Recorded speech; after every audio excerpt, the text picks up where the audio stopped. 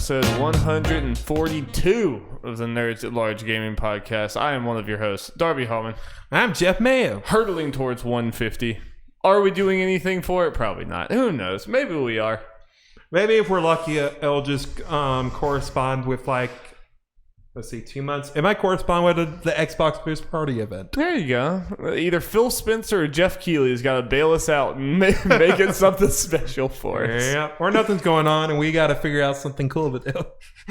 We just sit here and, like, fondle our Pokemon stuffed animals for 2 hours. Because we have plenty of Well, Jeffrey, before we get into this hot video game podcast with hot news and hot dudes, before we do that, I have a few pieces of housekeeping. Number one, we recently did our summer 2020 betting special. Normally, we have E3 betting specials that we've had for freaking 4 years now, God. But obviously, E3 is not happening anymore.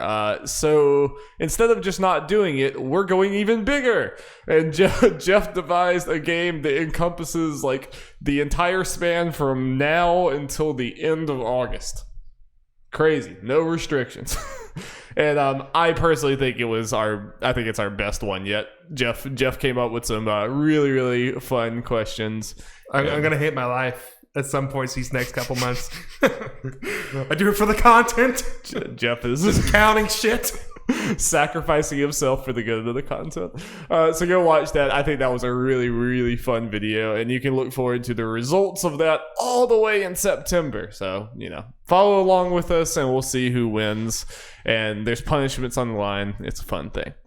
And only other thing is that I recently put out a video gushing about the anime Carol and Tuesday, which is an anime that I don't think nearly enough people have talked about, and I think people should talk about more. This video is part of the Why I Love. Now I guess I can call it a series because now there's two videos. The other one's on Night in the Woods. This one was going to have a bunch of video accompaniment to it, but Netflix kept blocking it on YouTube, so I ended up having to just strip all that away and just have the audio. So please don't judge this series based off just this one. This one's a little weird because it's just the audio. That's not how it'll be in the future, but and to get people a little excited, next week hopefully we'll be able to talk about Shantae and the Seven Sirens and Xenoblade Definitive Edition, both for which come out 2/3 days from this recording. Yeah, I imagine that'll be a big part of next week's recording. It's just talking about those two games. I can't wait for Shantae. There you go. Can't wait. But without further ado, Jeff, let's begin this podcast the way we have for multiple weeks with our quarantine recommendation games. I, honest to God, can't remember who starts first this week. So go ahead, and Jeff, you go ahead and take it away. You got it. It's tough trying to think of a game for this sometimes. Like, do I want to go for like some of my top favorites or a little more known game or whatever? And sometimes it's just whatever pops into my head. It's just pretty much what it comes down to. But what popped into my head this week is a little game called Inside. Yes, nice. All right, that's definitely was on my list of potential ones. So that was definitely a chance for a cross. When I was coming up with it, when I thought of it, I was like, "Ooh, that's a good one." It's like, wait, did Darby do that one? I was like, no, I double checked. Like, no, you didn't. Yeah, no, I did not. So that whole thing you had when you list the games came in handy. Good, yeah. Which, by the way, on Twitter, on our Twitter, our handle is Nerds at Large. You can go find the full list of quarantine games. So I just kind of picked this one because it is a great game. It is a game I can't really find any criticisms for, and it's partly because it's a nice little 3-hour experience. Yep. Most of the games I picked so far have been usually jolly or just fun, or just fun with friends, like Until Dawn. It's like, let's get this really cool one, this great experience. Let's get that in there. It'll take you a night, just put a good night aside, because this is not one you're going to want to put down. You're going to go through that whole 2.5, 3 hours, whatever it is, and just get it done. It's hard to say too much about it because I don't want to give stuff away. It is a very hard game to talk about. I mean, whenever I talked about it, like when I first played it, I basically did nothing but praise it. But yeah, I went into no specifics. I was just like, just play it because it's a goddamn masterpiece. Yes. But you kind of can't say much more than that, I think if you've played like Limbo and stuff, it's like, vibe wise kind of like that, but I think Limbo's good, but Inside is I mean, it is a legitimate masterpiece. Like you said, it's one of the few games I can find nothing bad to say about, and like you said, it's kind of easier for it to be that way when it's like tight, but like everything you do in that game matters. It's like there for a reason. And it's just like, God, that game's so good. I've played through it twice because I played through it like with my sister and brother-in-law, and they also like, even them who didn't quite vibe with it as much as me, as far as like I loved the kind of like mysteries and stuff with it.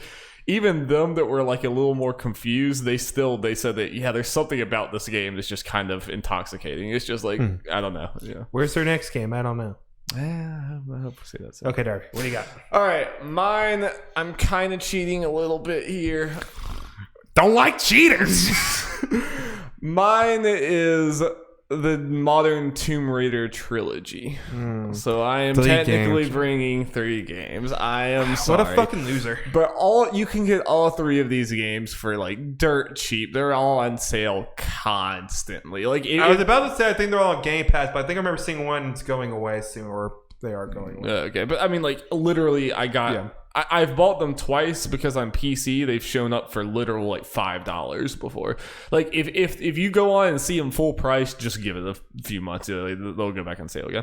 But I bring the trilogy because I really do think like across 3 games, it'll give you a lot of time to play, and just there's something about these games like they're nothing like groundbreaking, especially now. Like back when they were coming out, I think they were like, it was obviously they took Uncharted and it's like, okay, we're gonna take that as a baseline and like do our own spin on it. And I think during that time it was kind of cool because while Uncharted was kind of just running away with strictly cinematic stuff and very kind of more hand-holdy gameplay. Yeah, Tomb Raider had more of a adventure/gameplay focus to it. Right. And it had the crafting systems and the semi-open world elements and stuff. And back then that really did kind of stand out. Like at least from Uncharted. Uncharted was the obvious thing it was like competing with. And I always kind of prefer these games, especially from a gameplay perspective. Story perspective, Uncharted all the way. But these games are just really, really fun to play. They don't do anything too crazy, but like just going from like level to level, I'd like always love the environments. I love the characters, even if the story can be kind of like hit or miss there. But like Lara herself and just kind of the journey she goes on, it's just fun. And I think the puzzle designs are actually really, really good, especially in Shadow of the Tomb Raider. Shadow of the Tomb Raider is straight up just like a really good puzzle game, in addition to like the combat, third person shooting, and stealth. It does all that well, but especially a puzzle. And this is another game that I played with my sister, and it was a lot of fun. It was a lot of fun playing with her. Because she would help with some puzzles and we would go through, and like it's very Indiana Jones action movie-esque, so the pacing is like it's nice, like you lull for a while and then it's like crazy action scene, and it's just again, it's not going to be like your top of all time game, but like it is. I remember when Shadow of the Tomb Raider, that's like one of my favorite experiences because I just played it through a whole weekend, and it was just there's something oddly cozy about those games. I like them a lot. And I think they would fit very well for quarantine time when you just need to put some time away. They're not going to make you too sad. It's just like, Fortunately, I had as much as I only played the first one. And I totally get why people fell off on this. For some reason, I just latched on to these games, and I really enjoyed them a lot. Yeah. Well, let's end this with Lara Croft for Smash. Lara Croft for Smash. I'll be there. Let's do it. I'm game. Yeah. Okay, Darby. Let's talk about some games. Let's talk about some games. Game talk. Games we've been playing, mainly me, but you can help with one of them. A little bit, at least. Well, Jeff, here's where the plot twist happens. Because I may or may not have just played the Iron Man VR demo. Oh, shit. What up? Like an hour and a half ago. I got home and I was like, you know what? Let's just do it. So I plopped on that headset and I became Mr. Tony Stank for about an hour and a half. And that is what we're about to talk about right now. But is it for an hour and a half? An hour and a half ago. No, sorry. I was like, it's not that long, Darby. I must have liked it. I was committed, Jeff.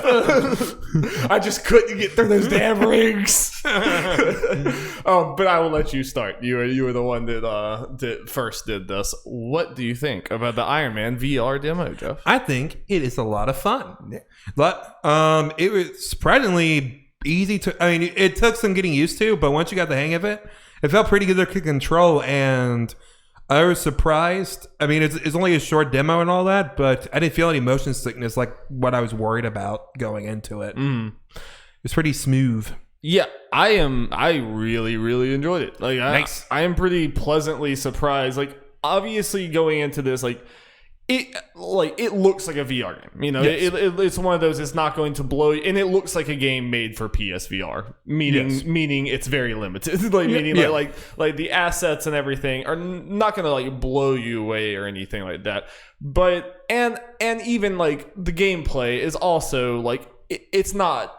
Like I'm not gonna like take this and be like, this is what VR gaming, this is the peak, you know, this is what like we should all be striving for. It's like I think it has elements of what we should be striving for and everything, but like, you know, like I think this combat is going to get not old, but I think it's not going to be as engaging the whole time as it was in this demo. That being said, it was a ton of fun. It was a whole lot of fun, and there's so many things that I was very pleasantly surprised with. Number one being the mobility.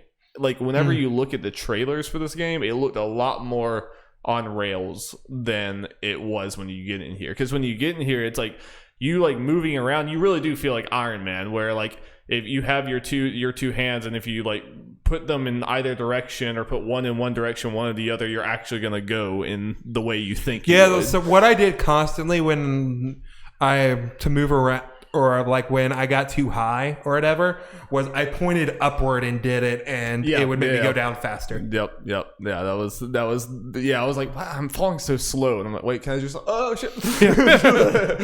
Yeah. And yeah, I agree with you. I didn't really get the motion sick. I could definitely see how I could, and especially in later levels, there might be more platform, whatever. There might be more like moving around different things. I could see that getting there. But that being said, like it wasn't like you felt the momentum. Like whenever I went up and down, I kind of got the G's, in my stomach and everything. It was just very satisfying. I stuck around, and if you're watching the video version, I'm playing IGN's thing of the gameplay of the demo, and I stuck around in this like little like island area for a while because it was just really fun to just like fly around. I was very, very pleasantly surprised by how like not on rails it was. I'm sure most of the game is still going to be generally on linear rails and all that kind of stuff. But even when you get to the plane section or whatever, it like you have a pretty wide area to go around. And one thing I'm sure you like felt the same way. I was really impressed with the 360 thing of it. Like you can, whenever you're like fighting all these drones in the sky, you have drones flying all around you in the 360 degree. And at first I was kind of like turning my body and trying to like crane my neck and stuff to try to get them. I was like, oh wait, I can just turn, but you almost don't trust it, but eventually like you can turn around in a complete circle, and somehow the like motion stuff is still capturing you pretty perfectly, which is weird because the PSVR is a one camera system. Like I kind of don't even get how they do that. Well, I didn't really turn around. I just pressed the buttons to turn mainly. I still how do you do that? Because I heard that you could do that, but I didn't know you could. They put it out. They did it in the tutorial. They went over it, or the okay, I think I know what happened. I might have missed some. No. There's a VR tutorial thing where I think it went over some of the stuff like turning, but it didn't do it automatically because I already had played the game. It did it before I got to the main menu where I selected stuff. Oh, okay. That's what happened. Yep. So you press the top left button on the... I can't remember if it's like triangle or something. On the left one to turn left like 45 degrees, and the top right to do it on the right controller. It was a little weird at first, but I was able to do it pretty easily. Like it got like felt more natural once I got towards the end of the first mission. Yeah, I might use that when it's more chaotic, but I kind of enjoyed the turning too. Like I it felt the only thing that squares me about that is the wire. Yeah, you had to make sure. Like I can feel it on my leg. I can try to make sure, but like I could definitely see if this gets like you're gonna have people all over. Now, what's kind of fun about it is the more you got. I assume it's the way for you. The more I did it, the more like comfortable I got with the controls and everything. And it was really fun in the end when you're shooting all these things, like moving around the dodge things and shooting them, and doing one hand to like fly in a certain direction. Like you see stuff coming, like I just do a hand up and then just burst down while I'm still shooting them. Yeah, stuff like that is just fun. There's lots of things that it's like the game didn't say, hey, move your hands in this way to do this. It just makes sense. Like you could probably throw anyone in here and they're gonna kind of understand. Like, oh, okay, I'm propelling myself. It all kind of just like comes naturally. Mm-hmm. Yeah, I think it was a really good start to this. It's like really, I was pleasantly surprised. Again, I worry that if this game is too long, it'll get like stale at some point. Mm-hmm. But I think this game's going to be a base level of fun now. I'm pretty and pretty the story would have seemed like it's gonna be a basic Iron Man story, but that could be enough for this game. Yeah, but even that, for how like obviously the acting and the story, it's very basic, not really high budget stuff, but it was still pretty cool to see like people moving around the environment with you. Mm-hmm. And like Friday walks up and then walks away, and like I guess we're still early enough in VR where that stuff is still a novelty, or like Pepper like reaches out to you, and all these different things like. That stuff is still, it's cool, yeah. And you definitely felt like when you're in the plane right here, like this is when like Friday's walking up to you if you're watching the video and stuff. When the plane like explodes, I think that was really cool, and you can feel and they do a good job like you even picking up. I picked up like the tablet on the thing, and like I banged the tablet on the table, and you get a vibration. It feels like you're actually slamming a solid thing on the table, which is pretty cool. It's little things like that. It's definitely got me a lot more excited about this game.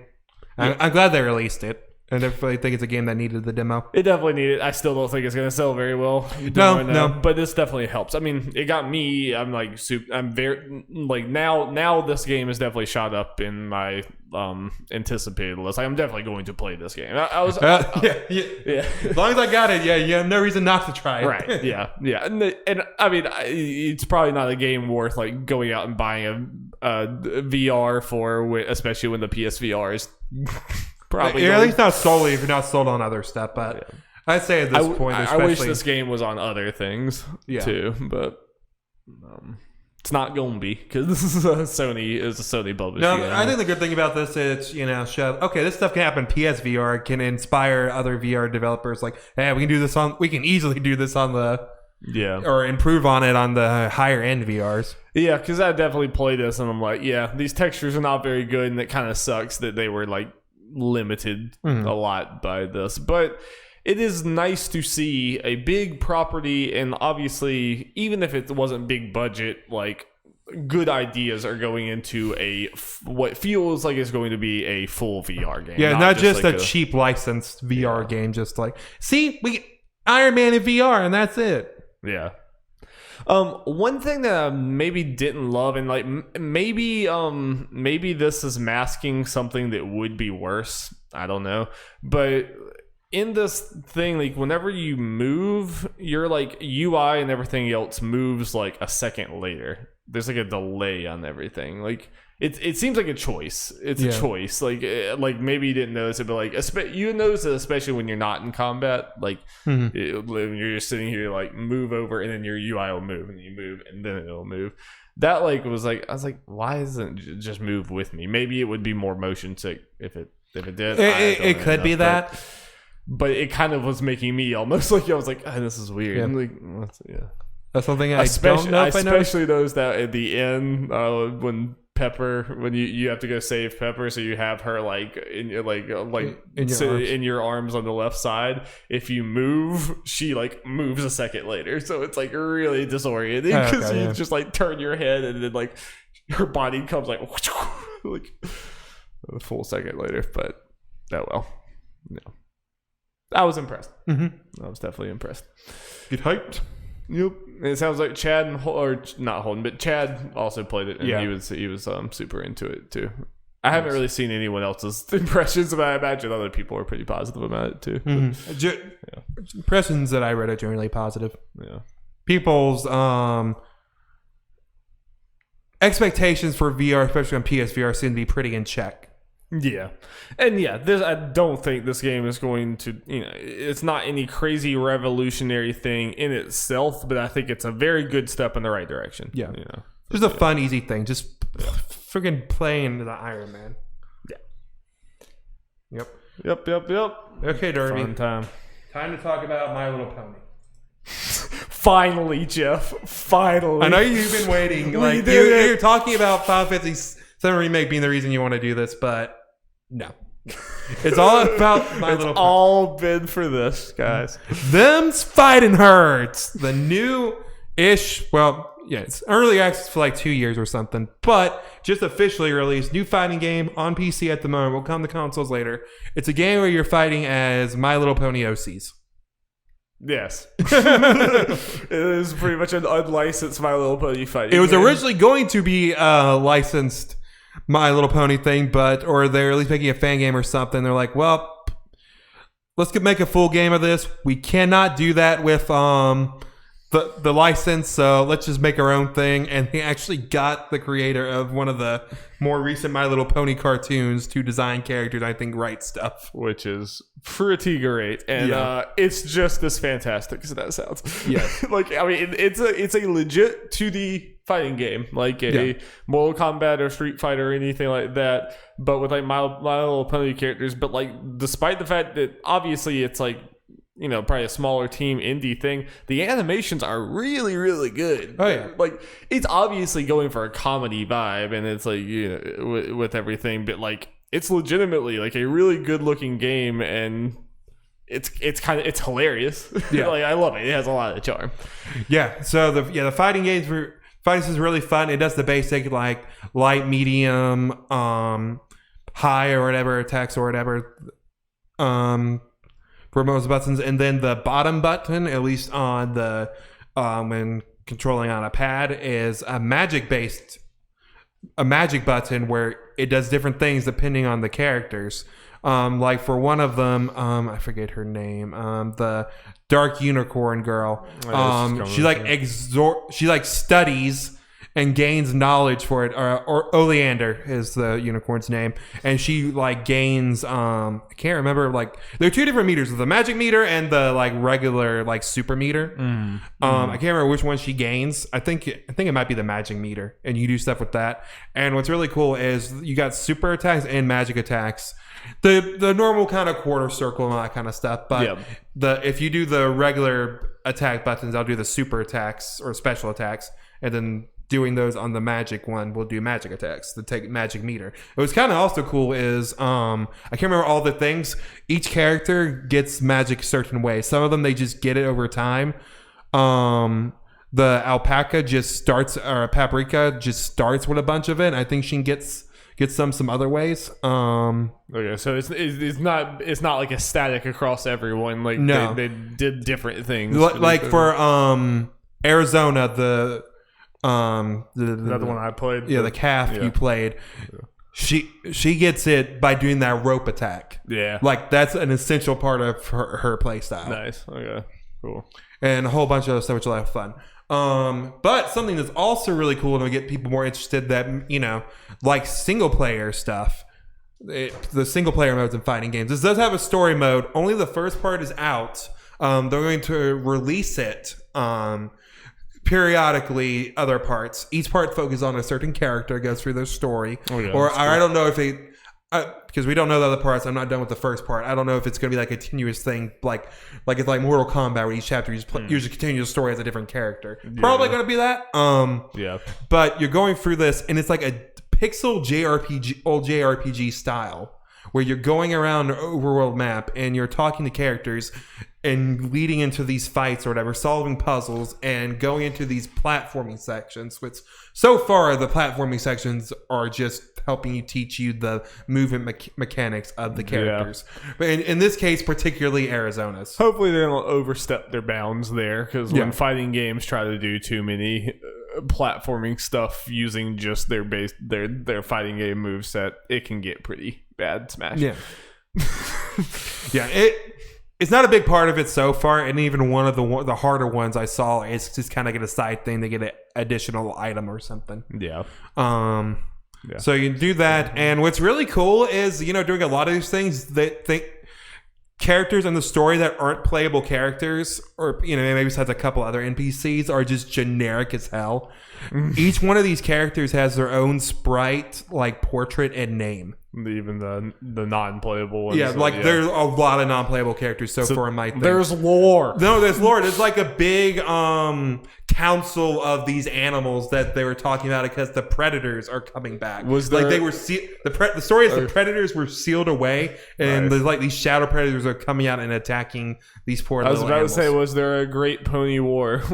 No. In the past? And the whole story is each of the different clans choose their own champion to fight out who will be the overall champion to try to beat the predators, and that's who the 6 playable characters so far are. And they already said they're doing more. They already said the 7th character is going to be a goat. So they're obviously, we keep on saying My Little Ponies because that's obviously what it's supposed to remind you of. That's the influence, but not all the characters are for the most part different animals. Yeah. The criteria is they gotta be 4-legged, because they even said like, and cute. Yes. Because they wanted to do one where all the characters have 4 legs. Like, this hasn't been done before, so why not do it? All 4-legged, yeah. But it's a lot of fun. I'm excited to play more. Yeah, I really enjoyed it. It was one of those that, like, it was pretty easy to pick up because it's overall like a little more. It's like more simple than some other fighting games, at least on the surface. So I felt like I could pick it up and just immediately have fun. But even from the little bit I played, I can definitely tell there's lots of room for depth, and there's lots of ways. And then we went and played I watched you face a super hard computer, and it was doing all this crazy bullshit. I expect it to be fun to watch at Evo. Yeah, it's a aesthetically pleasing game for sure. Them's Fightin Herds, and fantastic name. Yep. Okay, time to talk real quick about Dragon Ball Fighterz. The inferior fighting game. Yeah. They released a new character, Ultra Instinct Goku. Because, you know, we needed more Gokus. Yeah, I mean, you know, there's only like 5. Yes, there's only 5. That's just simply not enough. We needed the 6th one to round out to have 2 different teams of Gokus. Yeah. So, yeah, I messed around him a little bit, just in practice, trying to get the grasp on him and all that. There's some crazy stuff in there. Darby... this thing so when he does a basic walk towards you and like you're shooting your generic key blast at him, it doesn't affect him.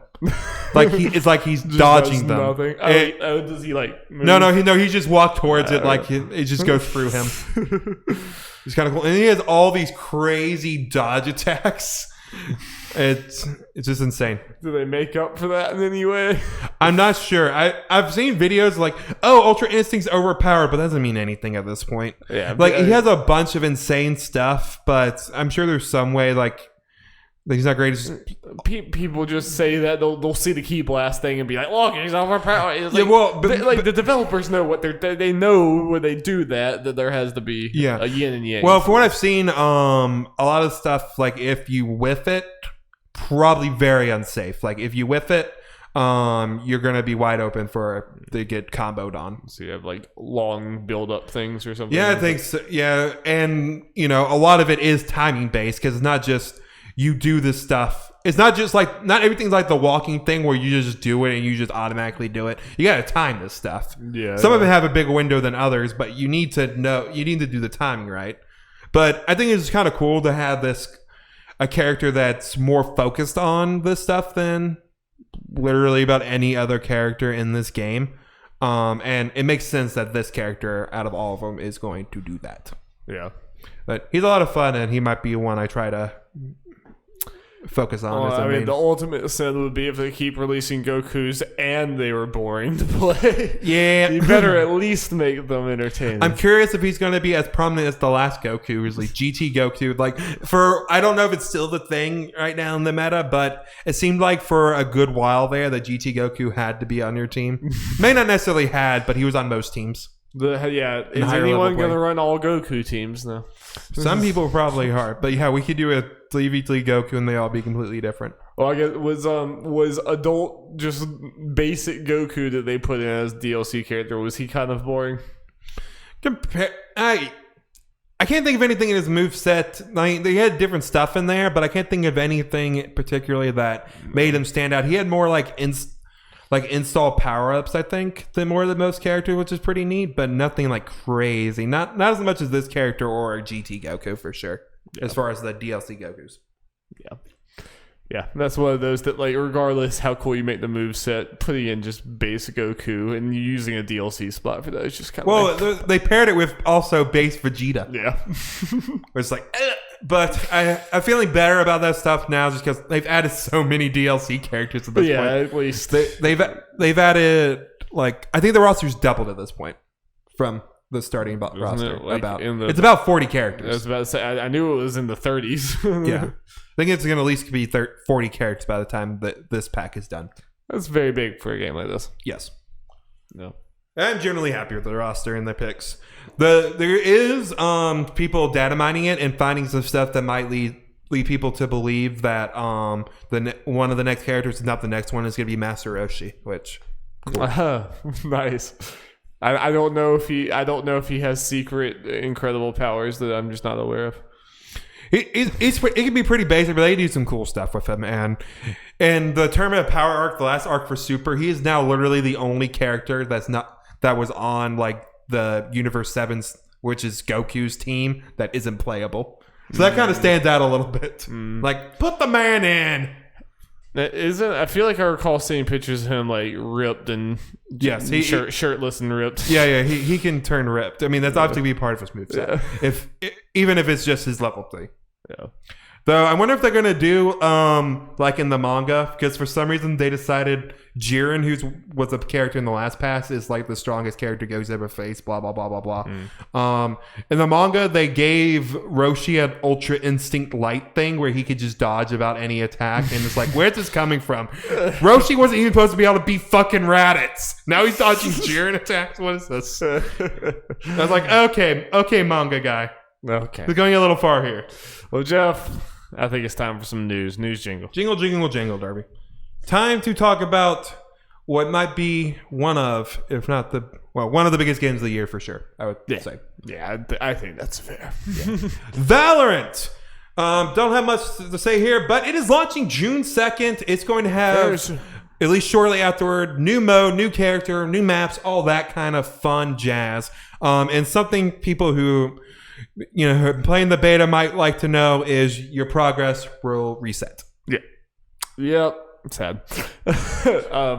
But yeah, a week from today. That's actually I think have we done this release date, or was this like this was just announced last week during Jeff Keighley's thing. We knew it was coming out this summer. But during this Jeff Keighley, I'm curious, this might be one of the front runners for the highest Jeff Keighley thing. If we all knew that he was going to get freaking Valorant stuff, so I'm curious to see what that we would have changed our tune. I mean, which is like, it doesn't even feel like that big of a Keighley announcement, because this is something that was just going to be announced anytime soon, but it's still like, for the sake of that bet, that's going to make that go up a lot. But yeah, obviously this game is blown up in a very, very short amount of time. I mean, partially because it's Riot and everything they do blows up, and they just know how to make big games. Big games. And they did it in a smart way with the whole streamer, like partnering with streamers, and you even getting a beta code was reliant on you watching streams. So just inherently there was always going to be millions of people watching. So part of the reason I put this, especially at the top of the show, was not crazy new stuff and anything. Valorant's obviously probably the biggest thing on here. But I don't think the word Valorant has been mentioned on this podcast yet. I think we brought it up once. Okay. I mean, when it was officially announced, for sure. Yeah. Part of the reason I wanted to bring it up was us talking about the marketing and lead up to this. Yeah. And its launch, I think, was is, at least to us, the more interesting part of it, because we're gonna, it's free, so we're gonna try it out. Our friend Alex, he even said like this is the most fun he has at a game since Overwatch launched, which is 4 years ago. And I like Overwatch enough. Like, obviously, this game is way more Counter-Strike than it is Overwatch, and it's a very different type of game and a lot more, competitive type of a game. And aiming is not. There's a reason I played more in Mercy. So, like, yeah, it's not going to be my complete cup of tea, but I'm definitely going to try it. I give it a try. I don't expect me to do it too much unless, like, you and Olivia get really into it, and that's something we're just kind of doing sometimes instead of Overwatch. Like, I can see myself really enjoying it. I am going to be bad at it. And I'm going to be significantly worse at it than I am at Overwatch. Yeah, Alex is talking like, yeah, we're going to get a team together and like blah, blah, blah. I'm like, Alex, do you want a team where 2 people are me and Darby? Oh, he'll get a second account like he does in Overwatch so that he can play with me and not ruin his rank, which I completely understand. Fair. I also don't want to play with the high level people. But anyway, yeah, I mean, the whole build up to this, we've kind of seen, it's kind of a different thing, but you see, like, Apex Legends was, we're not going to say a single thing, and now it's fucking out and everything. Yeah, people got to play it ahead of time, which was, back then we said it was really smart that they let those streamers do it, so when it was launching and people were, people could play it and watch streamers who already have a decent grasp on the game, see some higher level play.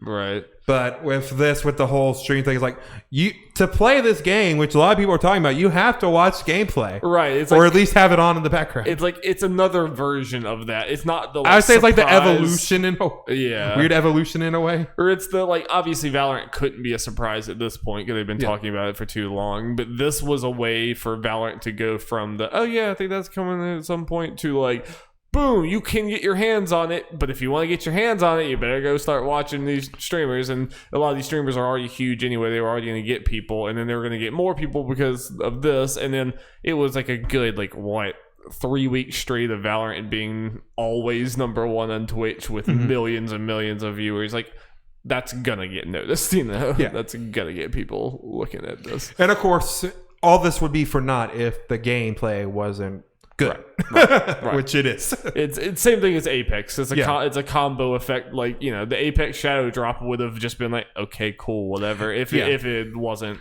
And for both those though, I still don't believe this is something we're going to see often. These kind of launches, because only people like Riot or EA or Blizzard could really pull this off for these kind of games. You gotta be huge, because if you're a small company, then no one's gonna care about you. They're gonna be like, what? Most people will never even hear that it happened. Or even some what we consider bigger studios probably wouldn't do this kind of thing, because they're not big in the way that EA or Riot or Blizzard are with that audience. I mean, League is it's funny because no one we know in the gaming industry ever utters the word League of Legends, but it is the biggest fucking thing in the world. And it's funny how the fact this is their their first game since then, I believe, is a big deal. Even if it's a completely different thing. Yeah. I mean, it's interesting. You're starting to see Riot just in general. It seems like they're trying to move into a bunch of different we know they're going to do a fighting game. So they're trying to become a empire of, I mean, kind of like they're becoming a Blizzard is in the sense that they have their fingers in multiple pies, or things like that, mostly all around League of Legends. But I mean, this game definitely seems to be scratching an itch. It takes Counter-Strike as a base point. I mean, it is straight up Counter-Strike in a lot of the rule sets, but incorporating hero shooter-esque things in there. Well, but it's appealing to a lot of the people who don't like Overwatch's ability and MOBA-esque things and more just want a shooting experience, which is not me. That's part of why I don't really play a lot of shooters, but I do play Overwatch, is because I love the blend. But I also don't go play Smite and League of Legends, because I also don't like that. I like the blend between the shooting, the first person shooter, but also just the MOBA-esque characters and power having the crazy mobility and the crazy abilities and how they all play off each other. Like, everything in Overwatch is kind of heightened to 11, whereas Valorant is a much more kind of serious game. I mean, both are very competitive, just in different completely different ways. Like it bothers me when people are like, "Oh, Overwatch is just an easy baby game where nothing matters." It's like, no, it's like you don't have like the same level of team play in some of these other things. It's like Overwatch is just a different skill set. It's just a different thing. But I do worry. I mean, I can't. I have to be honest. I do slightly worry about the fact that Valorant seems to be taking away so many top people from Overwatch. Yeah. I don't want to like sound all the alarm bells. Obviously, Overwatch still has a crazy big player base, and Overwatch 2 will hopefully, so I think some of the people will at least dip their toes back into it, I imagine. Like, yeah, I do think it's a weird thing how quickly some of these people who were like in Overwatch League and stuff are 1 second like, oh, I'm going to go over to Valorant, this game that's not even out yet. Yeah. Bye. Doesn't really have a scene yet. It seems very reactionary and way too fast, but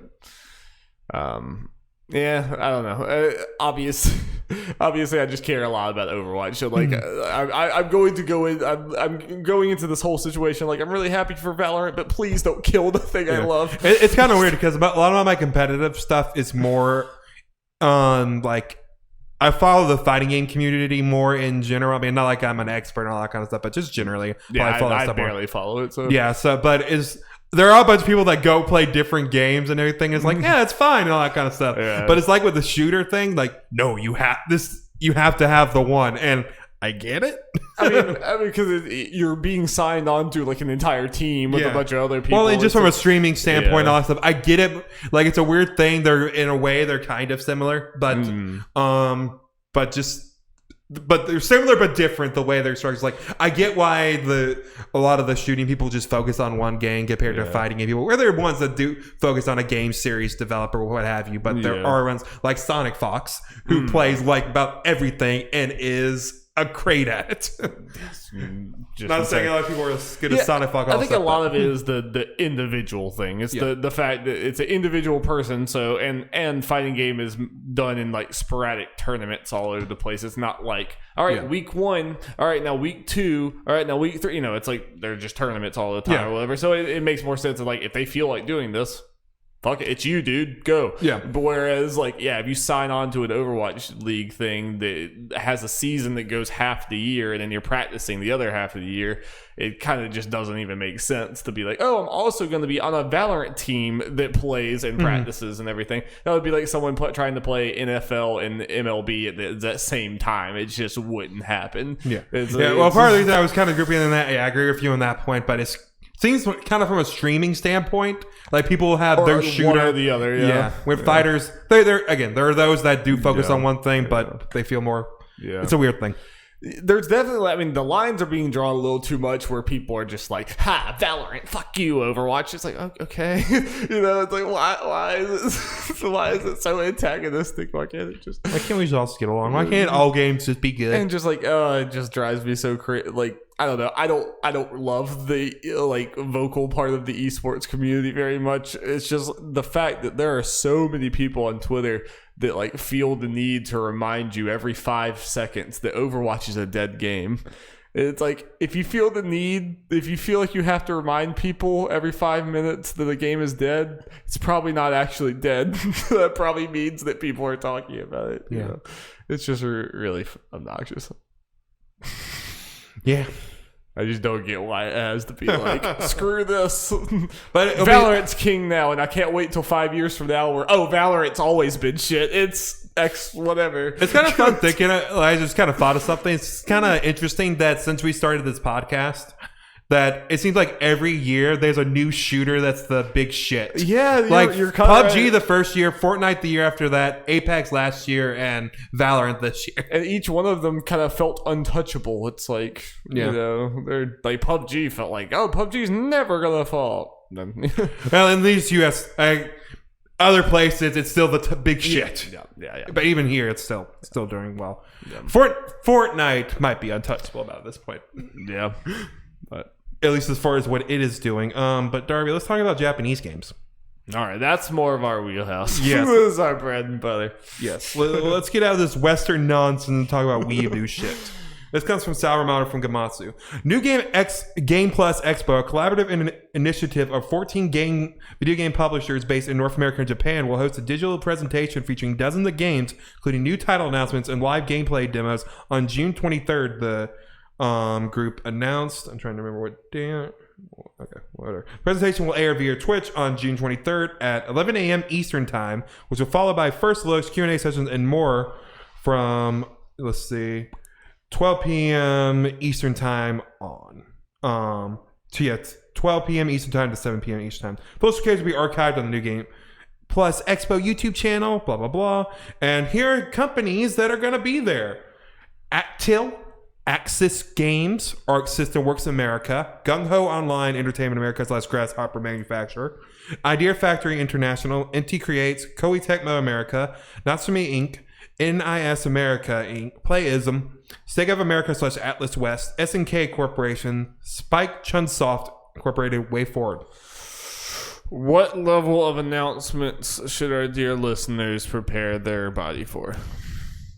So don't expect anything completely crazy like big game, like new game. There are going to be new game announcements there. So if you're a general fan of these publishers, they're get excited for it. But if you're not like hyped at the sight of some of like at least a couple of these guys, probably don't get too excited. Yeah. Like I'm excited for this personally, just from Arc System Works being there, Grasshopper. Probably means no more heroes. I'm just wondering, do you think we maybe get too excited by some of these names that we get there and it's like, oh, okay. It's just so I'm going to go ahead and shut this shit down now. I saw it when this was announced. It could happen. I'm not saying it couldn't, but you people there that are thinking Shin Megami Tensei 5 is definitely going to be here, stop it. Just stop it. Just stop. If you look close... If you listen to what I said, it said Atlas West. This is more likely going to be Persona 5 Scramble announcement for the West. Yeah, I mean, pretty much like that, yeah. But. Yeah.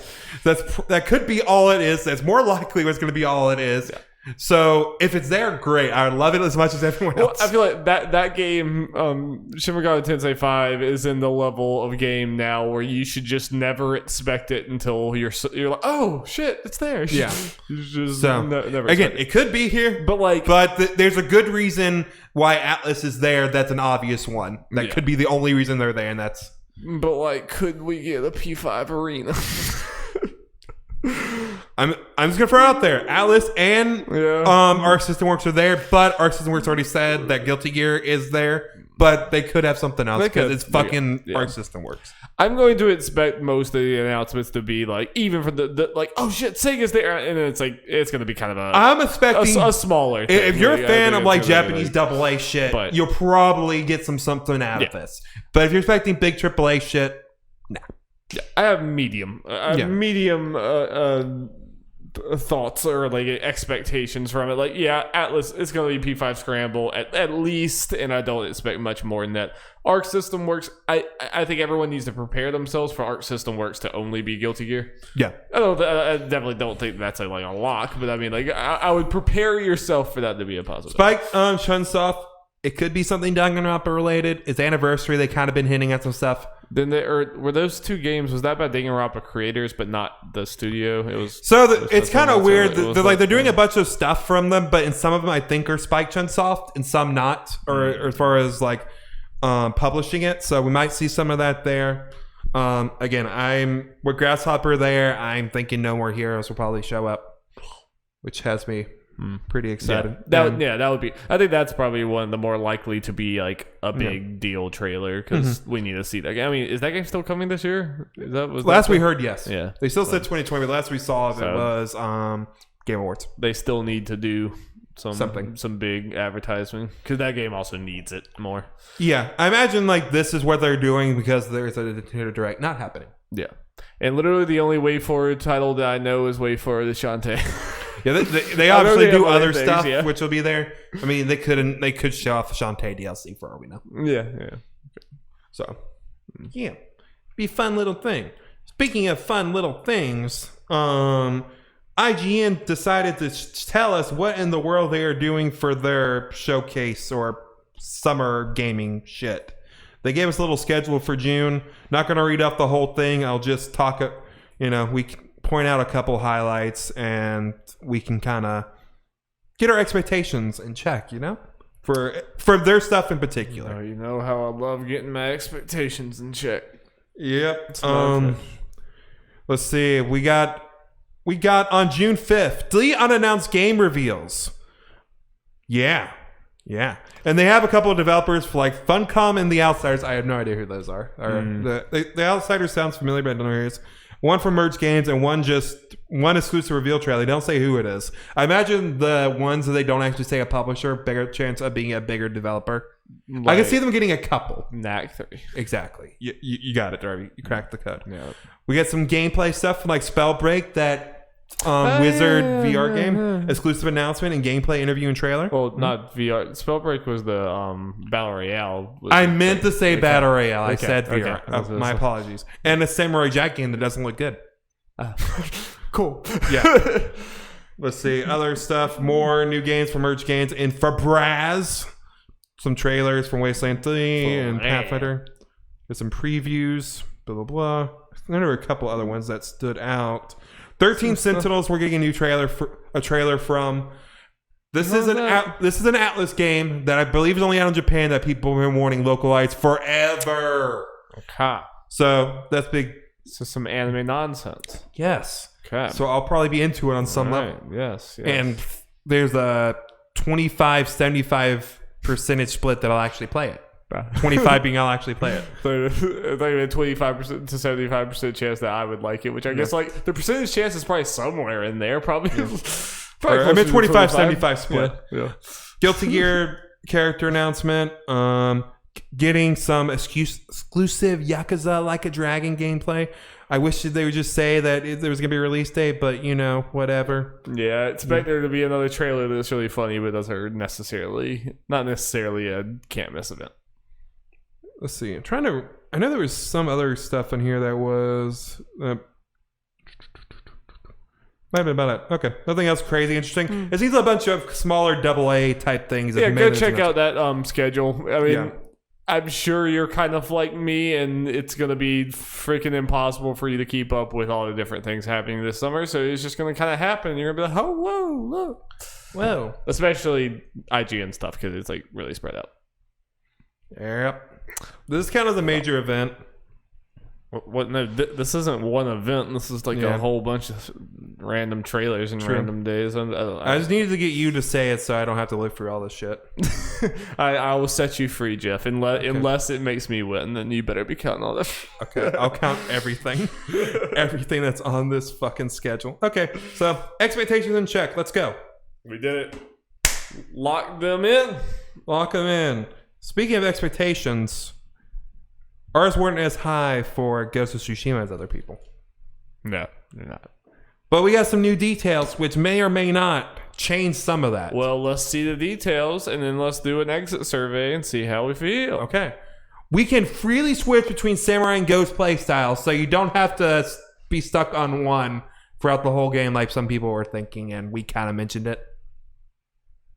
Yes. I'm okay with this because doing one could be boring. I like the option depending on the situation. Yeah, it felt like... I don't feel like there's enough of a difference between them to justify it being doing one all the way through. I agree. Based on what we saw. It felt like I like being able to choose it either way, but it would kind of suck if it's like, all right, I made my choice. Here we go. Oh, good.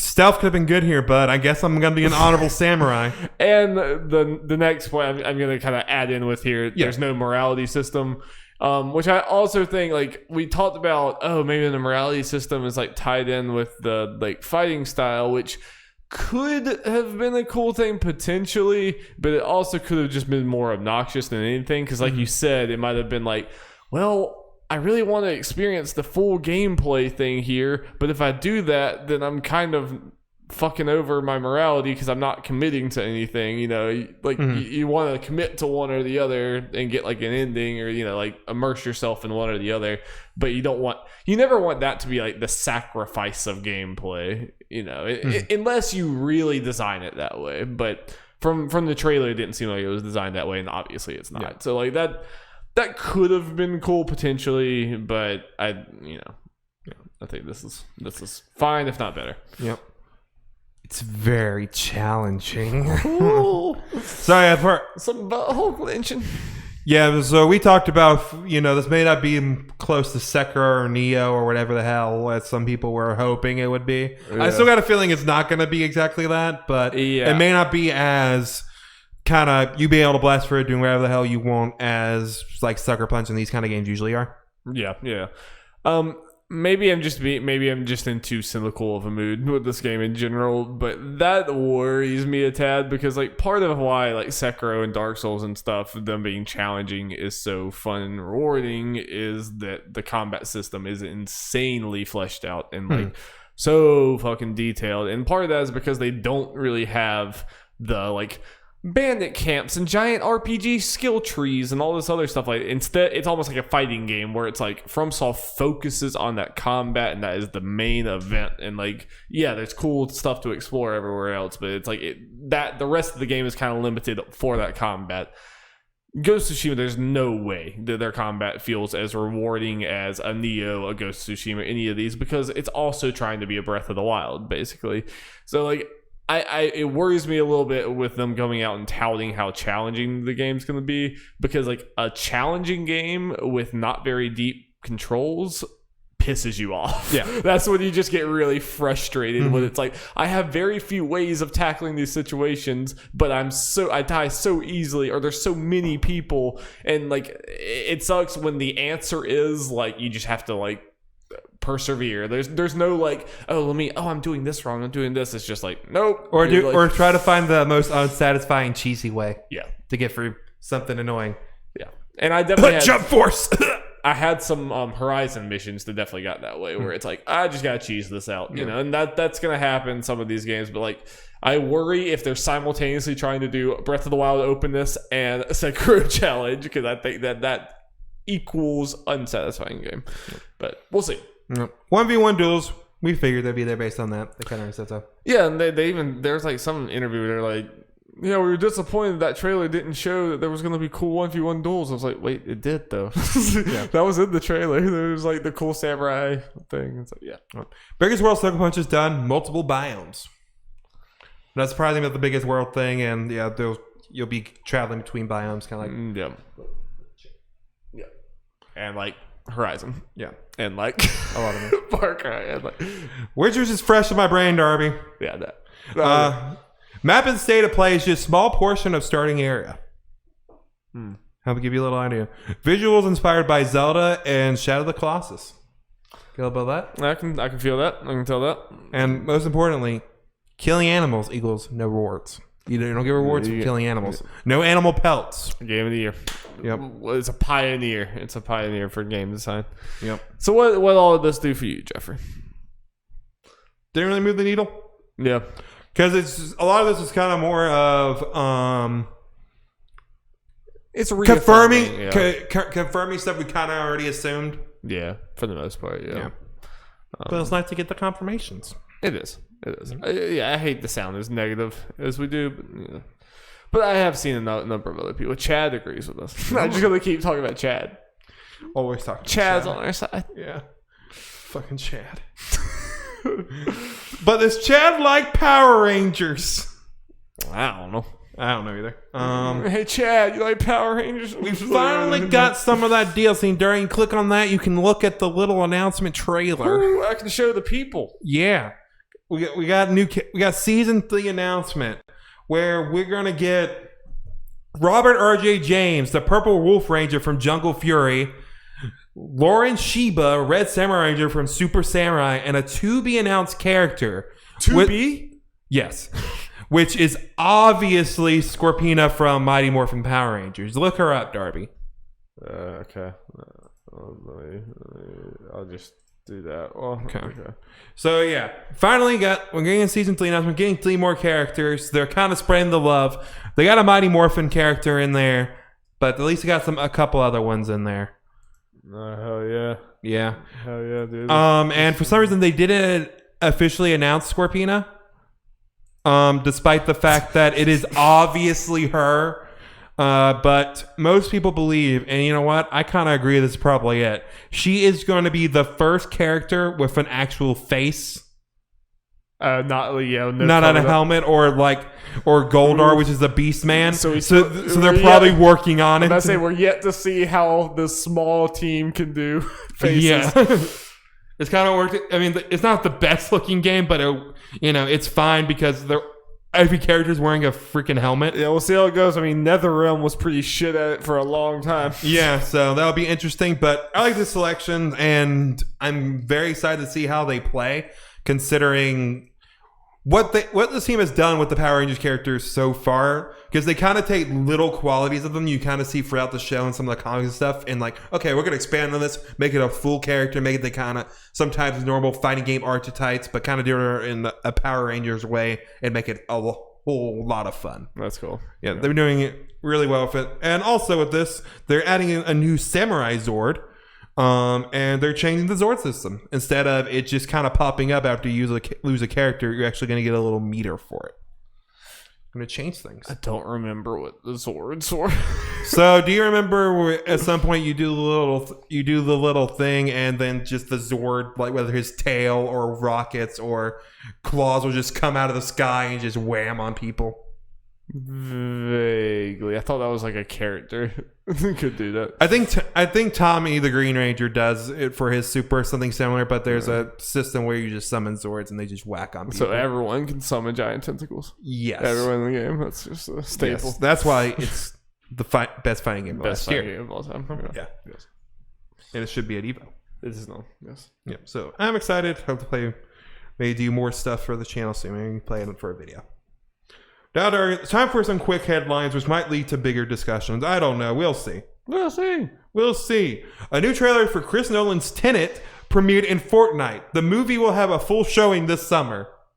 Well, like a full showing in Fortnite? Yes. Okay, I did not do that part. Yes. I believe they announced it right after it happened. I'm like, of course. That's fucking bizarre. Yeah. We should stop being surprised about things happening in Fortnite. I mean, Fortnite is basically just a new hangout spot. It's not even a game anymore. It's just like a new hangout spot for them kids. Them fucking kids.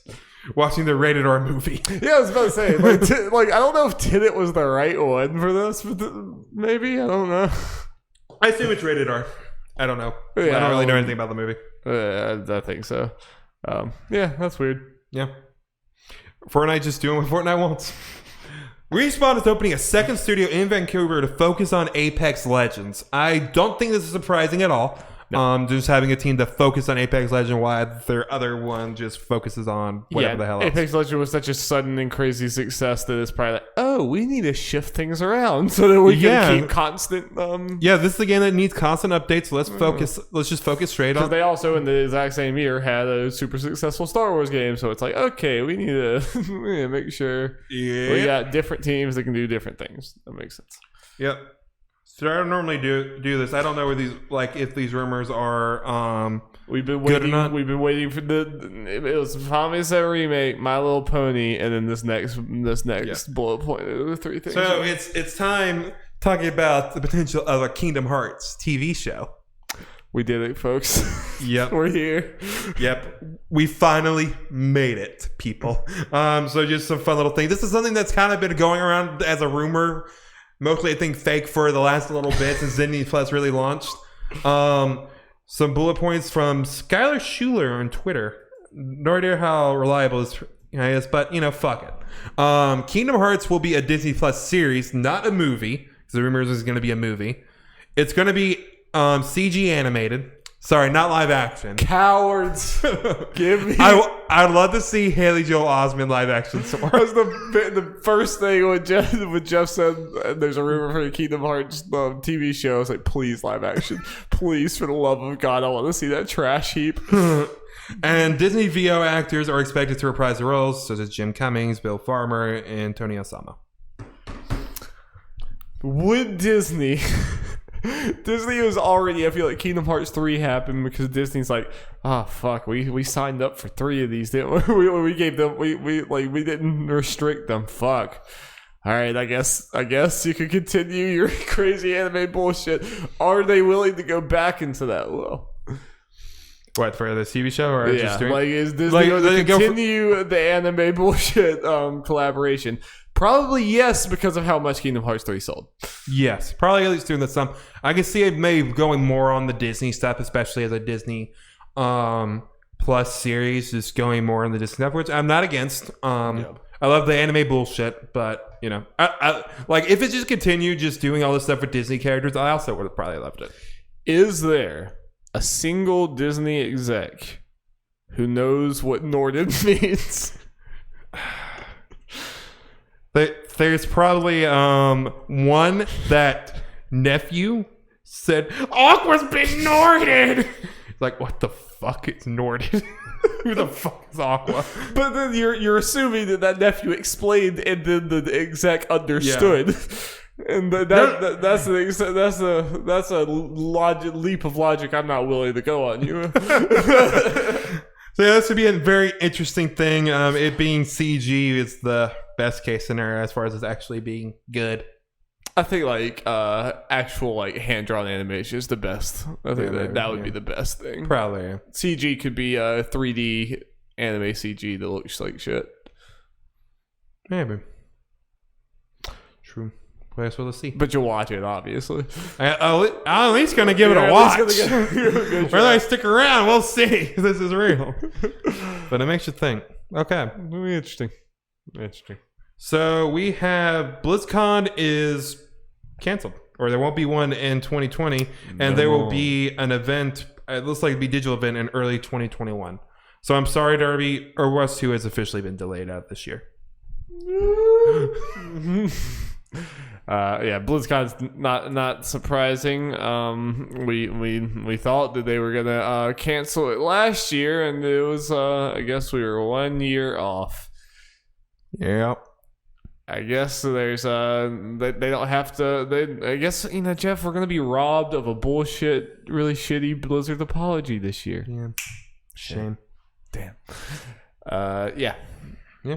I still think Overwatch 2 is happening this year. Like releasing this year? I think console launch. That's what all signs point to. Launch on console this year? Okay.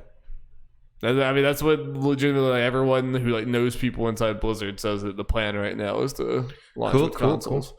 So that's what I'm still... Not on PC? Take that, nerds! Oh, no, on PC as well. Oh, please, come on. Please, Jeff. Let's don't talk crazy. In fact, it might be a beta months before that on PC. Yeah. Unless COVID fucks things up, I'm still... That's what they're planning. We'll see. Yeah. COVID further wrench and everything. It does.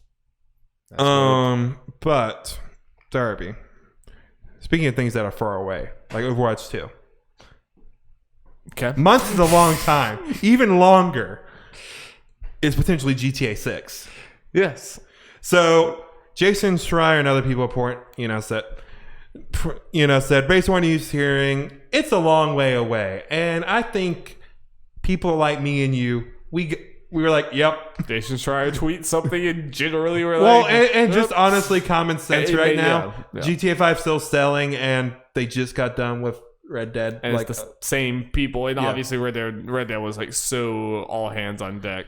So, but the reason that... a lot of people didn't believe Jason and said things I'm not going to repeat on this podcast. That just sounds like Jason's comment sections. Yep. But we got some stuff from Take-Two. They're looking at committed marketing spending for the fiscal years coming up. There is a major spike in market spending around fiscal year 2023 and 2024. I wonder. Yes, I think it's easy to understand why. Yeah. That's obviously when right now GTA 6 they're planning to release. So the people who may get confused on fiscal year stuff. So the fiscal year ending in May 2024, from May 2023 to May 2024 is when they're looking like the marketing is really going to pick up for GTA 5, and it may release then. It may not be until after that it actually releases, or maybe before that, but they might market a lot afterwards. Yeah, like this is not surprising to me, even before, like you said, even like kind of before Jason said that, just because, I mean, timetable wise, it makes sense. It honestly could have even been further. But then we also got the thing, it might have been from Jason as well, where Take-Two was talking about trying, like, they don't want to make a bloated, like, Red Dead Redemption 2 again. They want to make smaller games that are more manageable. And I honestly think that makes sense, because I think if GTA 6 was normal GTA 6, like Red Dead Redemption 2 length almost, like if it was what you would really think that, like, modern Rockstar would make, I could see it going to 2026 or something like that. I think 2023 is... A lot of people are going to think that's crazy long, but that's even like maybe kind of reasonable, considering the fact that they're probably not, like, probably only just now getting into like serious design and everything, development and all that. I'm sure they've known like where this game was going to take place for 10 years, for probably 15 years, but like they're probably only just now getting to like something tangible. And part of that is, I might as well just throw it in here. We got some Take-Two sales numbers. Grand Theft Auto 5 broke 130 million copies sold. Top selling game of the last decade. I don't think anyone is surprised by that. God, no. Yeah. Or I think that's what they said. I mean, I guess Minecraft might have beat it. I think that it's also like 200 million or something. Didn't they pass Minecraft at some point? Maybe. I don't know. I may be getting numbers mixed up. I think they said top of the decade. Red Dead Redemption 2. Crossed 31 million. 100 million less. But yeah. NBA 2K20, 12 million. It's 33% higher than 2K19. Borderlands 3, 10 million, up 50% versus Borderlands 2 in the same time period. That's a good chunk. Not surprising, though. And Outer Worlds, 2.5 million. Good for that game, considering Game Pass is a thing. Yeah. No, that's very good for that game. Microsoft, Take-Two as well as Microsoft are very happy. I was about to say it's still like all of our brains have all like we've already transitioned into Obsidian being a Microsoft thing. I mean, at the end there, the trailer said Microsoft Studios or whatever. Yeah, so you kind of forget, like, or Xbox Studios or whatever, Game Studios. So yeah, so it's a Take-Two joint. With those sales, again, just all this stuff, it's not surprising Grand Theft Auto 6 is still years out. And I mean, that's kind of partially it's just the price of like if Rockstar is going to make games that push boundaries this much and are this like crazy as far as content and like technical specs and everything, it's just going to take. They're going to release one game a generation. That is just how Rockstar, that at least the core Rockstar is going to be, unless they really do start making like smaller things, because these games are a lot harder to make. Yeah, than they used to be. Okay. Let's see. Final two quick headlines. Tony Hawk Pro Skater, the re-releases or deluxe remakes, whatever, will not feature microtransactions. Activision announced, but reason I put this on here is reminder: Crash didn't start with microtransactions, and they threw that, and Call of Duty hasn't. So odds are this will, won't be in for review, so we'll get a higher score. Then throw this in some bullshit. No, like it honestly kind of pissed me off how many like gaming podcasts I saw that was, good for them. I'm glad to hear that. It's like, how many times have we been through this shit? Like no, like if they're literally they're doing the same playbook. This is like about this far out from the release. They go to all the journalists and like, it's not gonna, they put out PR stuff saying like, oh, no microtransactions at launch, and then let everyone write their good and like good for them headlines, and then about a month and a half afterwards, they'll just slide them in after reviews. It's the same game plan every damn time. I might applaud them if like a month and a half out, we don't hear anything about it, but until at least then, and probably farther, I'm not giving them the benefit of the doubt. Or if they because I'm pretty sure in the like quote and stuff this came from, they're like, there's not going to be any at launch. They said something about like, if people are interested, we'll consider doing things after launch or whatever. It's like, that's already on your docket. Like, that is already happening. That is not maybe we'll if there's demand, we'll make extra content. It's like, no, fuck off. Like, I'm gonna be honest. I've been interested in the game, and I've obviously been interested in this game. You obviously heard me talk about it in Crash Team Racing. But two reasons I haven't gotten it is, well, I mean, we haven't gotten our friends together enough to probably justify it. And two, because of microtransaction stuff just kind of turns me off from wanting to get that game. It's kind of the yin, and we'll talk more about remakes and remasters later, but it's kind of the yin and yang of like you have big companies that have enough money to make really cool remakes and remasters that are super cool, but because it's a big giant corporation, that comes at a cost, and unfortunately the cost is them taking your nostalgia and just getting a bunch of money from you out of it. Yep. Final one, Superhot VR sells over 2 million. Hey, nice. For specifically for VR? Yes. Hell yeah. Superhot VR specifically. It's pretty good. I don't think this is a hot take. I gotta imagine VR is still better than regular. Yeah, for Superhot. Yeah. 2 million sounds like a lot for either version. So yeah, I can see that. Yeah. I just feel like people like Superhot, the original, is cool and all, but I don't feel like people talk about it. It's always VR that people talk about and stands out. Like people aren't going to point out, oh, you need to play this game as much for that. But for anyone who's getting VR, like Superhot VR is one of the first games people are like, no, you need to get this game along with Beat Saber and stuff. Most people are like, wait, there's a non-VR version? Yeah. How does that work? Kind of myself included, because I've never played it. I'm like, really? So what I'm saying is I want Superhot 2 VR or Superhot VR 2. Dude. I want that. Yeah, dude. I want it. Okay. NPD time, Darby. I know you just kind of teased it. Do you want to save this for later? Because we're already getting to... Sure. Yeah. That sounds good. So, NPD's next week. The only thing you need to know is that Final Fantasy VII Remake's on top, babe. I was saying talking about NPDs and save the remakes for... Oh, okay. Yeah, we can save the remake thing for later, too. I misunderstood you. All right. Then we going in the Final Fantasy VII Remake. I'll say, because, this won't be as current, and the remake thing is good for next week. Especially after I get a little into Xenoblade. Yes. So. Yeah. All right, so we will talk about remakes and remasters and what they mean for our balls. Yes. And our maybe next week. We'll see how much stuff we got. Yep. But we're already on Tuesday, so we're taking out some of the news for this week. Okay. So let's get into the NPDs. I added some more information, like as far as like total stuff, more than I normally do, because these are some big numbers. Big.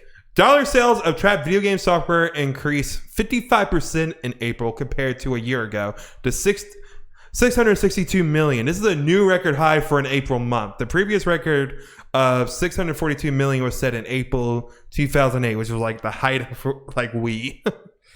Which is pretty wild. And I need to say this, and you always need to remember to say it. If you want to see this information on Twitter and stuff, we get all this from Matt Piscatella on Twitter. Good follow. Go follow that man.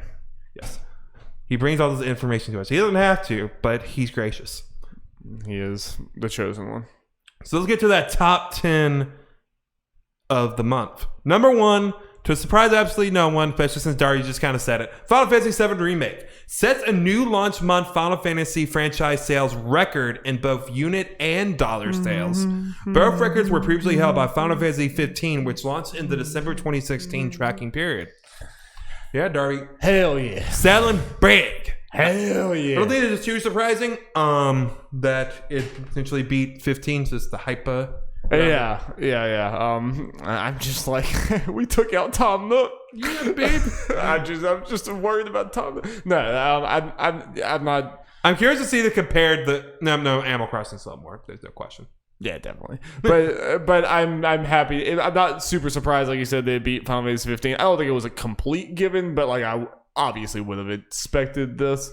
It just from the hype of it and just how big Final Fantasy 7 was, like in the past. And by the numbers that we're seeing, I definitely think this was more than just like modern video game nerds. I think a lot of people who don't normally play video games probably bought this game. Oh, yeah, 100%. And 15 probably less so. And some people pointing out, I was like, oh, and this is exclusive. That's crazy. As far as launch month goes, that would just be PlayStation and Xbox for Final Fantasy 15. Xbox hasn't been historically, especially that time, that great for probably Japanese games. They're probably close to even playing field almost between the two games. Yeah.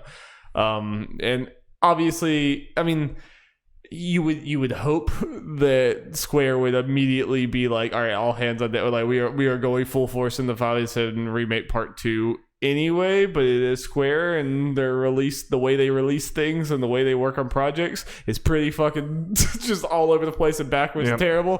But so I hope that this, at the very least, like will like make sure that they're like, all right, work, let's do this shit. You know? No, yeah, they want to try to pump this shit out for sure. Number 2, Call of Duty Modern Warfare, currently the 4th fastest selling release in U.S. tracked history, which meaning dollar sales through the first 7 months in market. That's pretty crazy. So Darby, I think we can agree the 3 ahead of it are probably also Call of Duties. A fastest selling release in U.S. tracked history. Yeah, I mean, unless something like GTA, but GTA was more like, long tail. It probably is. Yeah, probably. Now to say about that, it's Call of Duty. I mean, and I think a big part of this is Warzone, though. I mean, I've seen, like I know you don't have to buy this to buy Warzone, but people are just like, I've seen a lot of people who are like so into Warzone that they're like, all right, I'm back in Call of Duty. Fair enough. I'm going to get the new thing. And I've seen a lot of that. You can bring that up in a couple numbers down. Number 3, Animal Crossing New Horizons. Animal Crossing New Horizons is the best-selling title on Switch for the 12-month period ending April 2020. So every game that's released in the last 12 months, on the Switch, Animal Crossing is the best. Yeah. even more than Pokemon all the time. And the fact that, remember, you're like, oh, Animal Crossing, are separate, so okay. Remember, you're like, Animal Crossing is all the way at 3rd. Remember, this is no digital, right, for NPD, so it's like, I wonder. You're always curious, like with some of these Nintendo ones, like where would it be if digital was involved? Yeah, I can't wait to see whenever Nintendo does their like big financial reports, like a while from now, to just see how fucking crazy Animal Crossing is. Mm-hmm. Okay, number 4, NBA 2K20, and it's shocking. NBA 2K is popular. People like sports. Yeah, surprisingly. I'm sure what's helping this game right now is the fact there are no sports. Yeah, probably. Number 5, Grand Theft Auto 5. Yeah, okay. Number 6, Resident Evil 3. Not bad for his 2nd month on this thing. Yeah. But it coming out in April. It's weird. Now this one kind of surprised me a little bit. Call of Duty Modern Warfare 2 Remastered. Isn't this game $20? Yeah, and this is revenue, right? Yeah, this is based on money. That's probably is what it looks like, Jeff. That's just a lot of people buying it. I can't remember when it came out. It was number 20 last month. So it jumped up. I mean, it was kind of like you were saying about Warzone. People were like, okay, I'm getting to, Modern Warfare 2 Remastered. Okay, $20, let's go. I mean, hey, the hat trick. Chad talked about how like he hasn't played Call of Duty in years and years and years, but now he's like fallen in love with Warzone. He's like, I never would have expected to be a Call of Duty guy again, because I was contemplating getting the season pass and getting all this other stuff and doing all this. Okay, let's... So this episode is sponsored by Chad Michael Ennis from Respawn Aim Fire. Go listen to them because they're funnier than us. Number 8 and 9, the Sports Combo or MLB The Show 20 and Madden NFL 20. And number 10, Red Dead Redemption 2, baby. Hanging on. Yep. We got 7 Remake and Red Dead Redemption 2. Yeah. Number 1 and 10. Like my 2 favorite games of all time. Number 15, Predator Hunting Grounds. I don't think too bad for this. Yeah, that's very good for this. Yeah. Jeff, Doom Eternal didn't even chart? Wait, it was in March. Yeah. Wait, did it? I mean, I know we're kind of far out, but still, yeah. Let me double check. Was in the top 20? No, it wasn't. Persona 5 Royal. Okay, yeah. I don't know. Persona 5 Royal was at 18. I feel like Doom 2016 was probably still charting, like the equivalent time out of it. But, I mean, maybe I don't know. Maybe. Not sure. Did we ever really get sales data for Doom Eternal? I know everyone likes the game a lot, but when you get numbers, I forgot where it charted last month. I just am slightly concerned Bethesda's gonna have another whiff commercially. Yeah. For a game that apparently everyone likes. Mm-hmm. I don't know, darn. Top 10 selling games of the year so far. Call of Duty Modern Warfare at number 1. Animal Crossing New Horizons at number 2. Final Fantasy VII Remake at number 3. NBA 2K20 at number 4. Dragon Ball Z Kakarot at 5. MLB The Show 20 at 6. GTA 5 at 7. Number 8, RE3 Remake. Number 9, Madden NFL 20. And number 10, Mario Kart 8 Deluxe. Of course. It is eternal. That and GTA 5. Keep it going. I love that Dragon Ball Z Kakarot is basically taking the Kingdom Hearts spot from last year. The year before that was Fighterz. The anime game. Jump Force hung on for a little bit. Sadly. Yeah. Todoroki's out, baby! And I'm not getting him. Okay. Let's talk about some hardware. Hardware sales, Darby. Hardware spending in April 2020 grew 163% when compared to a year ago to $420 million. That's a big jump. This is the highest total for an April month since the $427 million total sheet in April 2008. Year-to-date spending reached $1.28 billion, a 30% increase when compared to a year ago. Damn. Yeah. Now let's talk about specific hardware, baby. Nintendo Switch was the best-selling hardware platform in April on both unit and dollar sales. Dollar sales of PlayStation 4, Xbox One, and Switch each increased by more than 160% when compared to April 2019. Year-to-date dollar sales on Nintendo Switch are the highest of any hardware platform in U.S. history. The previous high was set by Nintendo Wii in the year-to-date period ending April 2009. So for the first 4 months of the year, the Switch has sold more than any other console. That's insane. That's insanity. Animal Crossing, baby. I mean, it's the combination of Animal Crossing and COVID. I mean, it really is. I've never seen an event in like the world and stuff directly correlate to video game sales. Obviously video games as a whole it got on a bump for this, and we figured it might slow down some. It still very well could, but I guess that since things are opening up, no reason for it to potentially slow down to a crawl at least. And I feel like, video game hardware and software sales are like super high up in a time that, like, obviously there are big games, but generally I don't think we are like slam packed with games all the time, but we're still just not like selling. We thought we were gonna be. We were supposed to have Cyberpunk and Last of Us by now, and Watch Dogs and a bunch of other crap that got delayed. But sales are still through the roof because people are just buying games. Because they do. But Darby, this doesn't happen like ever. We got exact numbers for this month for these consoles, thanks to Michael Pachter. Thanks, Mike. Yeah, Switch, and this is all just America, sold 808,000 just in April. So close to 1 million copies just in the US in a single month. That's pretty good. Yeah. And you already saw what it's been selling in Japan. Yeah. So Switch doing pretty good. But PS4 and Xbox One also doing pretty good, especially this far into their life cycles. PlayStation 4 sold 411,000 in April, and Xbox One sold 329,000, which is pretty close. I was like, that feels closer than I thought Xbox. No, and those, all these numbers are really good for these consoles. Yeah. Like Switch just in general, and PS4 for Xbox One.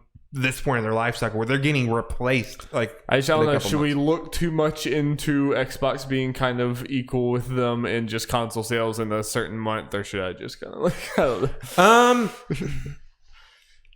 Obviously, I was gonna say, like, it could potentially mean something, but considering this is if we had numbers for months, we might be able to see if there's something there, but the fact is the one-off, it's hard to tell. Yeah, I would like to see if that's been a trend that's growing, because like my immediate thought is like, is Game Pass getting some people to buy an Xbox? It's like, imagine it's helping some, especially at this point, because these consoles are getting cheaper and people are like, oh, let's jump into this. Ooh, this Game Pass thing. Oh, look at all these games I can just pay this fee for and just have there. Just looking for those juicy things to look at for next gen. And be like, oh, where's the trends going? But it also, there's more people in the world who don't have Xboxes than PlayStations, and it's just 1 month, so who knows. So, who knows? Darby, that might be it. So that's a podcast, ladies and gentlemen. We got to another hour and 30-ish one. We had to cut our main topic. Yeah, that's all we gotta do. It's fine. We make a slow news week into a full podcast, but I am perfectly fine with it because we had some good discussions. Yes. If I do say so. Yep. So look forward to next week where we potentially do our remaster remake discussion. It just depends on what people decide to announce in the next couple of days. Yeah. I have a feeling that remakes and remasters are not going to stop. So no, yeah. The discussion we I have a weird feeling that that's true. So Shantae and Xenoblade next week. Book it. I have them preloaded on my Switch. I'm ready. Nice. Didn't really need to do Shantae, but Xenoblade's taking for fucking ever. I went to bed and was still downloading when I woke up. Just because I'm just downloading it, obviously undocked in my room, far away from here, so they're out here. So that's part of it. I also didn't preload Shantae, and it took like less than a minute. Yep, Shantae was going really fast, but then I somehow made Xenoblade the priority. So, all right, thank you guys. Bye. Peace.